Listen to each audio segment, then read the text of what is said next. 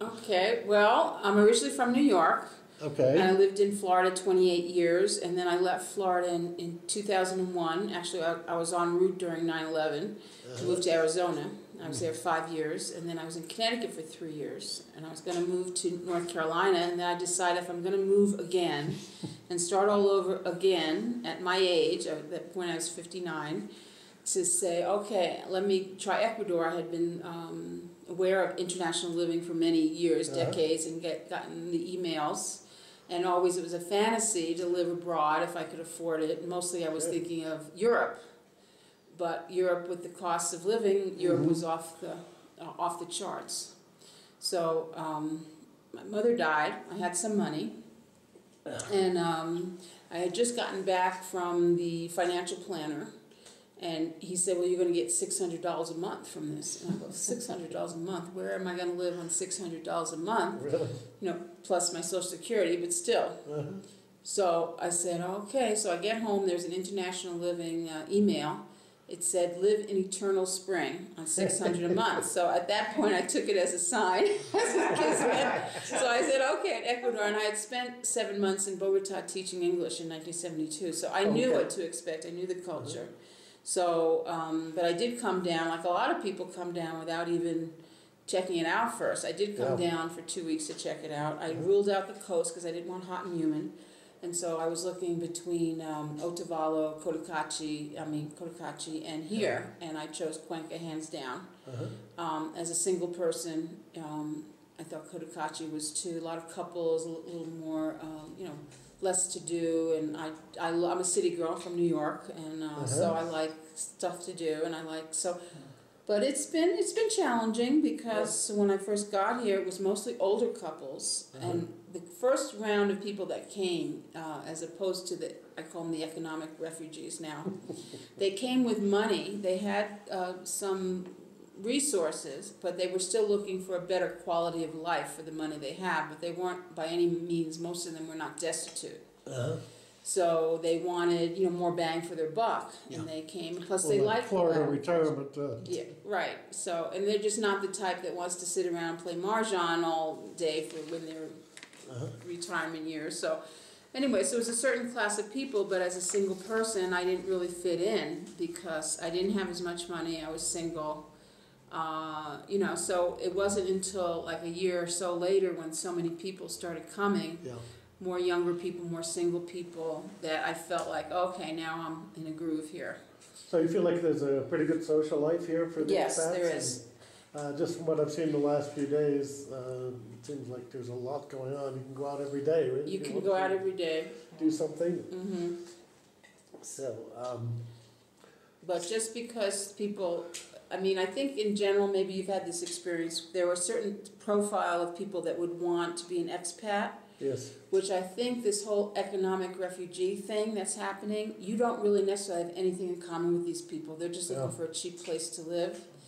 And so you really have to cull out who are the people that are just more of a, kind of a, I always considered myself more of a global citizen, even though I never lived outside of the States. I lived in Canada, and my sister lived in Switzerland for 8 years, so I've traveled a lot. I've considered myself more of a global person, but some of these people that are coming, it's not that they're here because they want the culture. They just want a cheap place to live, and they want to bring their culture with here. Which is always a big conflict when you go to live overseas. A lot of people go into pretty severe culture shock after a few months. So you're working, and some of this will be a little bit repetitive, but I know that you're working. You want to tell us about the work you're doing? Well, I'm a massage therapist and an astrologer. The reason I came here because I didn't have a lot of resources was because I believed that you could live on $600 a month. And also, I'm working for a woman in Las Vegas doing charts. She's astrologer, psychotherapist like I am, but she's got all the clients and I've got the time. So I've been working for her since 2005. So it's been a very steady gig. I mean, I don't have a contract or anything, but every month she sends me work, and so it's been a steady thing that I can rely on.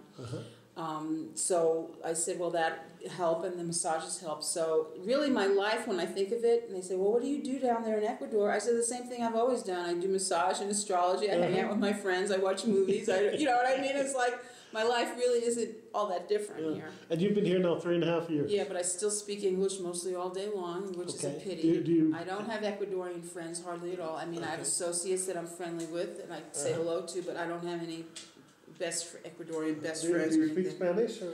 I get by.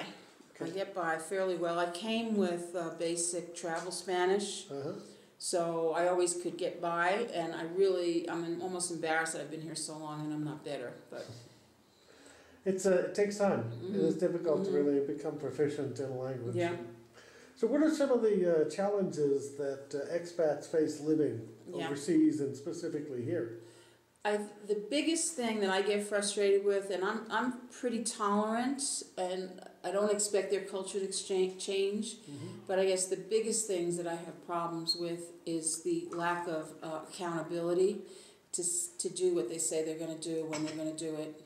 So it just becomes very frustrating, or just, the hassle that it's just hard for me to wrap my mind. I had a big visa hassle. Why does it have to be so hard? Why does it have to be so... culture. Just so difficult, and they don't give... Now they do, actually. Now things have improved where they give you an actual checklist of what you need, and you have it, and you bring it there, and it's done. Whereas before it's now you need this, then you go there with that, and now you need this, and then you go there with that, and now it's another thing, and then, oh no, this has changed, so you don't need that anymore, but now you need this. So, I mean, it was really a horror story, it really was. And I was getting to the point where I said, well, if I'm not meant to be here, I'm going to figure out where else I should be. You're talking about a residential visa? Yeah. Okay, I've got a little problem coming up on the way back. I was in Otavalo and I had my passport and my visa and my credit card and money and all that ripped off, I got pickpocketed, which I'm usually very careful about, but I got a little careless. Yeah. They got me. But I have to, in one day, hopefully get my exit visa from the Ecuadorian government, so we'll see how that goes on. So they got your passport, huh? No, well, I have to go first to the U.S. Embassy. Yeah, get the passport. A temporary passport reissued, Yeah. which I'm trying to do on Wednesday, and then hopefully Thursday. Yeah. Well, I think it happens often enough that hopefully they would have a procedure, but this is exactly what I'm talking about. Yeah. This is not the first time that this has happened. They should know what to do, but they make it sound like, like it's like an impossible thing to do. Well, filing a police report was quite an experience. Yes. So, and for me, just living, if you don't have business to do with Ecuadorians, the paperwork and all that stuff, I think life can be very simple, and that's kind of why I'm here, just for a simple life. Are you from the city, New York City? I'm originally from New York City, but I left when I was 18. I was a hippie, and I went to San Francisco in 1968. So talk about re-entry, that's a whole nother subject, because I feel that even just within the U.S. culture, I had to re-enter into mainstream America after my 3 years in San Francisco, being a hippie and living in an altered state.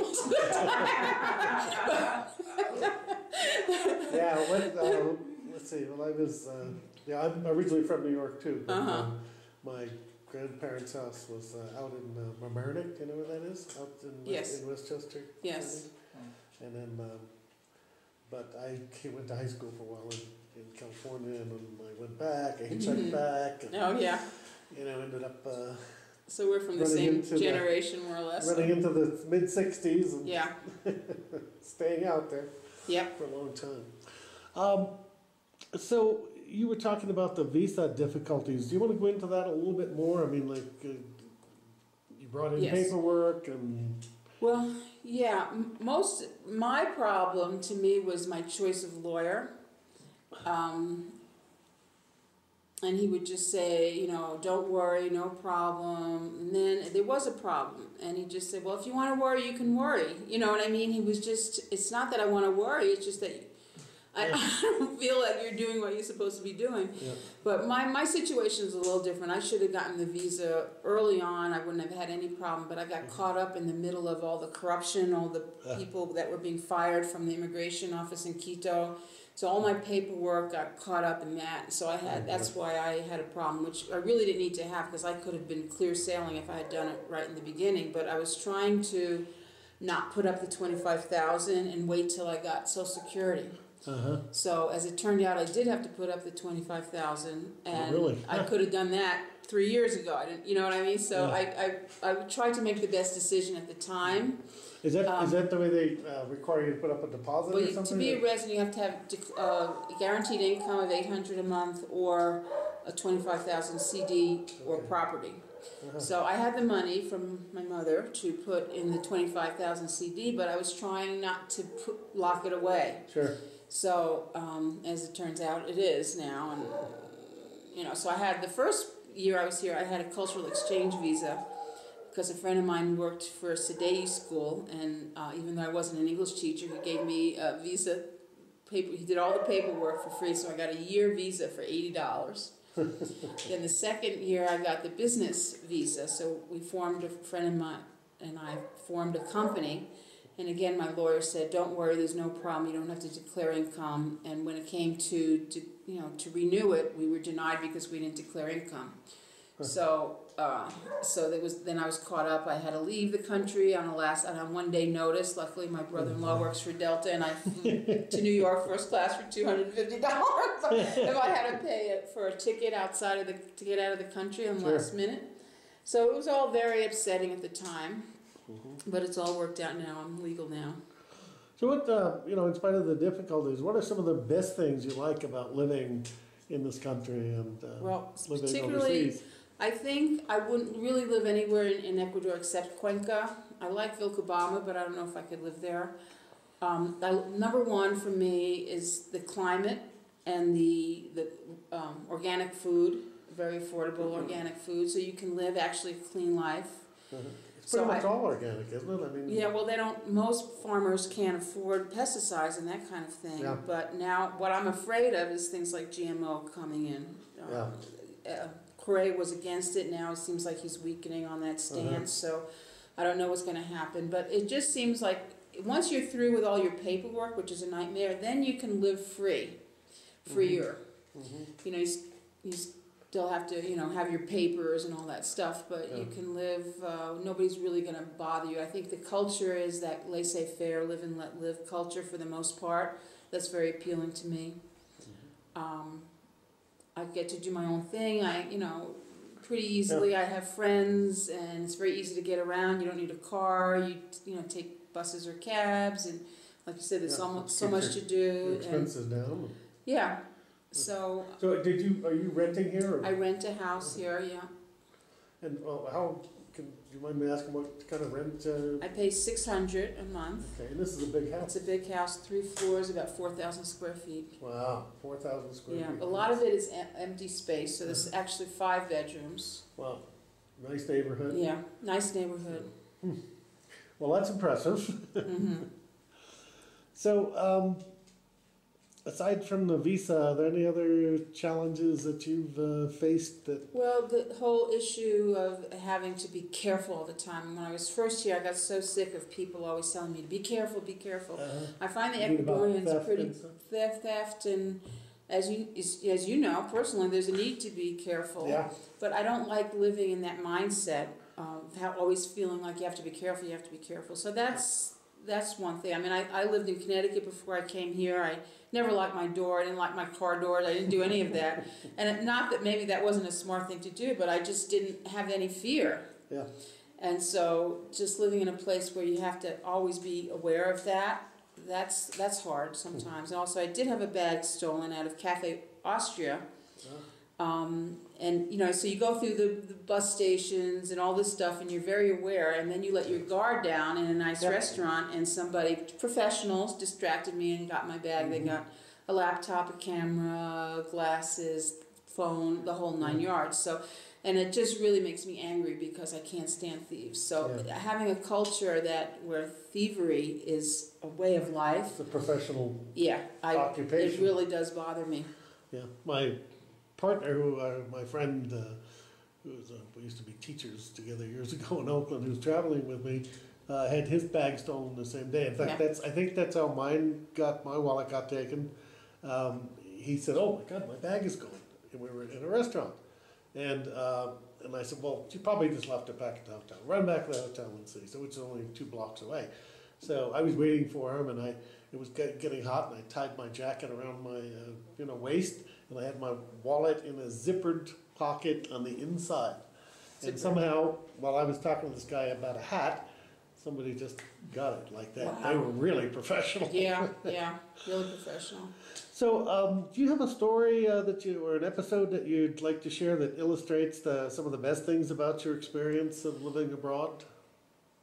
The best things. Well, I don't know about anything dramatic really, but just how people are so, again, besides the thieves, and that's a small percentage of the population, there are so many really kind people that will go out of your way to help you and walk, if you ask a question, first of all, they go out of their way to understand you, which having spent time in Switzerland and France is not the case. They will completely ignore you and shut down if you don't speak properly, and here you say one word that they understand, and they think, "Oh, your Spanish is great," and they're so happy to talk to you and help you, and it's genuine. It's really genuine. So that's the best part of the culture. But getting back to something that annoys me is the cab drivers thinking that they have the right to ask you any question they want about your life. Every time you get in a cab, you have to tell them. You don't have to, but they ask you. Are you married? Do you have children? Where are you from? And it's just so annoying to me that I have to go through this after 3.5 years. Every time I step in a cab, I just say it's not important. No important. Why do you care? They'll ask you how much rent you pay. They'll ask you anything they want to ask you. They think they have the right to ask you. So this is one thing I do not like about the intrusion. But it's a joke. It's funny to some extent, that I think a lot of it is the naivete. They're just curious and they want to know, so many Americans are coming here and how do you live and, you left your family. This is another thing, is leaving your family. You came here alone with nobody. You have no children, So I always make a joke, I have my pets. It's my family, and they laugh, because it's something that they can't relate to, That. But as far as something really good, let me think. I think one of the really good things about having the expat community here in Cuenca, the gringo tree is a major factor in that cohesiveness of the community. I think that's one thing that makes Cuenca such a special place, is because of gringo tree. It's almost a phenomenon, I think, that this group of 2,000 people that don't know each other can show up on the same night at the same place because we all have the same information. We know what's happening, and it does give you a sense of community. You see the same people all the time. Yeah, give me a little background about that. What is it? A Gringo Tree is on Cuenca High Life website, and it was this man, David Morel, who is affiliated with International Living. I think he's separate, but he's affiliated.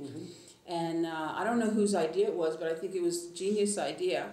It started, just mostly almost like a Craigslist thing, information, but it was mostly more cultural, what was happening, so you would know if there was a free concert or something. Now it's gotten so big that you get 2 or 3 a day sometimes. Before you'd get like one a week maybe. And now we're getting like 2 or 3 a day, and it's become more of a classified, so I think it is changing. But still, the fact that people, even before they get to Cuenca, if they get on Gringo Tree, they know what's happening, they hook up with people, they get the information they need. People, the Gringo community, besides the Ecuadorian community being so helpful, the Gringo community is extremely helpful. And supportive, huh? Supportive and helpful, and they want to share their experience, what was hard for them, and help other people so that they don't have to go through the same thing. Now, there are some snobs among the people that have been here a longer time that they don't want to bother with the newcomers because they ask the same questions. Myself personally, I was helped a lot when I came, and I want to give that back, and I'm always helping people, giving information and where to go and do things. And very good. Yeah, I've heard a lot of people comment that it's a very supportive community, and so that's good. What kind of preparation or orientation did you have before moving, out of the States? Very little. I got that email from International Living, and then through doing a little internet research, I got Ecuador Living and Gary Scott's website, and that's why I was even contemplating going up to Cotacachi, because that's where he's from. So I got some factual information. As I said, I kind of knew what to expect. It was really kind of a leap of faith. I mean, I was ready to come here sight unseen, but I figured I'd better come and make a reconnaissance mission first. So, and it reached my, met my expectations. So I kind of knew what I was getting into. I was not at all afraid of doing it, and I figured, what's the worst thing that could happen? I'll leave. So it was an adventure, but it wasn't at all scary for me to thought of starting over in a new country. Well, when you had lived in other cultures before coming here too. Yeah, I think having even just basic Spanish. Some people come with no Spanish. So I could communicate. I couldn't always understand what they were saying to me, but I could make myself understood. Now my ear is much better, so I'm in another level of comfort zone. I mean, I've got a long way to go before I'm fluent, but conversational. My ear now has improved so that I can make myself understood and I can understand. So. Oh, that's good. Well, so what advice do you have for other American expatriates, coming to want to move overseas or move here? Well, first of all, I think they should come and check it out before they make the move. Some people don't. I think to have realistic expectations of what it really is going to cost here. I think a lot of people they're in sticker shock when they come here and they realize that it's not $600 a month anymore. And that for them to live in a nice place and go out to eat and all that, they're going to need a lot more money than that. So I think it's, it's disconcerting for some people when they shop around and they see what things cost. So I think that the one thing I could have prepared better, I don't think I would have brought a container, actually. I might have, who knows. But, I was under the impression that I could just buy household stuff, won't be expensive. Well, and I did. I mean, little by little, I furnished my home, but it wasn't like, everything's so cheap. I mean, it really was a major expense every week to try to buy something that you could afford to add to your household. So, but not everybody, some people rent a furnished apartment and they don't think of that, but I wanted to have my own stuff. So, and most of the apartments are rented unfurnished, so you have to either get... Yeah, I think it's the better deal. Myself is to rent it unfurnished if you're going to stay and then eventually accumulate your own stuff. But so like you live in this would be a very expensive house in California. What do you think is a realistic budget to consider? Well, I know for myself, and I'm not at all extravagant. I probably need $2,000 a month to live. Okay. And that's to live pretty well. At least $1,500 just on the bare minimum, and then I do like to go out. That's including rent and utilities and meals and food and everything? Yeah. Yeah, that's still... So you could squeak by, I think, for about 15, but because I do like to go out and have fun, I mean, I'm comfortable with about $2,000 a month. Yeah, that's still relatively inexpensive. Yeah. So what advice would you like to give to other Americans considering a move overseas? You just said furnishings and yes. As a possibility. First, not to expect that they're going to come and get everything the way they're used to getting it and expect the culture to change, because it's just not. Okay. It's very ingrained. And yes, I think Ecuadorians, there's room for improvement with the way they do things. But unless they come to that awareness on their own, they're not going to change. They've been doing things the way they've been doing it for a long time. And so I guess what I don't like is seeing the quote-unquote ugly Americans who come and just expect, Ecuadorian oh, culture this would menu change. should be in English, or, there should be another teller here, there's a line, they should have another teller, or, just all the everyday, inconveniences that they just have to adapt better, and they should learn the language. Mm-hmm. They should definitely try to learn the language. It's not easy for older people to learn a new language, but they should at least try. It seems really important. I think everybody Yeah. said that, that of course if you're going to live in another culture with a different language, it's important to try to learn that language. Okay, is there anything else that you'd like to comment on related to the experience of living abroad, or stories you'd like to tell us or to share? Well, I just have one funny story, which is, again, everybody always asking you questions. In the beginning, my limited Spanish, the word cansada and casada, one is tired and one is married. And I thought everywhere I was going, people were asking me if I was tired. And they all want to know if you're married. Is that like the number one question? But at that time, I didn't realize that they were asking me. And I thought, what is everybody asking me if I'm tired? I was going crazy. I said, do I look that bad? Do I look that I look so tired? Why is everybody asking me? So that I have to get a chuckle at when I think of it now. Well, thanks very much, Cameron. I appreciate your sharing your time and your stories, and let's hope that we can get this extended and do more of these. Okay. Well, good luck to you. Thanks again.